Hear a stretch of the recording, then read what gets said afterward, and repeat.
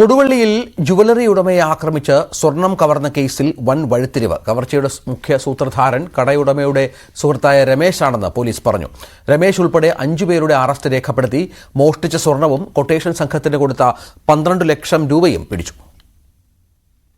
ആക്രമിക്കപ്പെട്ട കൊടുവള്ളി സ്വദേശി ബൈജുവിന്റെ കടയുടെ സമീപത്ത് തന്നെ ആഭരണ നിർമ്മാണ കട നടത്തുന്നയാളാണ് രമേശ്.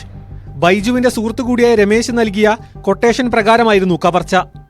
രമേശിനെ കൂടാതെ വിപിൻ, ഹരീഷ്, ലതീഷ്, വിമൽ എന്നിവരാണ് അറസ്റ്റിലായത്. ഇവരിൽ നിന്നും 1.3 കിലോ സ്വർണം പോലീസ് പിടിച്ചെടുത്തു. കൊട്ടേഷൻ സംഘത്തിന് കൊടുത്ത 12 ലക്ഷം രൂപയും പിടികൂടി. കവർച്ചയ്ക്ക് ശേഷം സംശയം തോന്നാതിരിക്കാൻ ആക്രമിക്കപ്പെട്ട ബൈജുവിനെ കണ്ട് രമേശ് സംസാരിച്ചിരുന്നു. വളരെ ആസൂത്രിതമായാണ് കവർച്ച നടത്തിയതെന്നും പോലീസ് പറഞ്ഞു. ഇത്രയും ഗോൾഡ് ക്യാരി ചെയ്തുകൊണ്ട് പോകുന്ന ഒരു ജേണിയെ പറ്റി കൃത്യമായിട്ടും വിവരമുള്ള ഒരാളാണ് സ്വാഭാവികമായിട്ടും ഇതിന്റെ പിന്നിലെന്ന് പോലീസിന് മനസ്സിലാവുകയും അതിലൂടെയാണ് ഈ കേസിന്റെ പ്രധാനിയായിട്ടുള്ള ഇതിൽ ഏറ്റവും പ്രധാനപ്പെട്ട കുറ്റവാളികൾ ഒരാളായിട്ട് നമ്മൾ മനസ്സിലാക്കുന്ന രമേശിനെ പോലീസ് മനസ്സിലാക്കുന്നത്.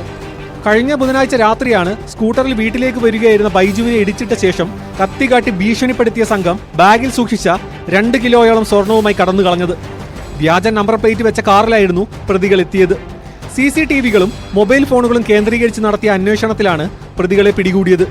പെരിന്തൽമണ്ണയിൽ ഉണ്ടായതിന് സമാനമായി കൊടുവള്ളിയിലും വൻ കവർച്ചയുണ്ടായത് വലിയ വാർത്താ പ്രാധാന്യം നേടിയിരുന്നു.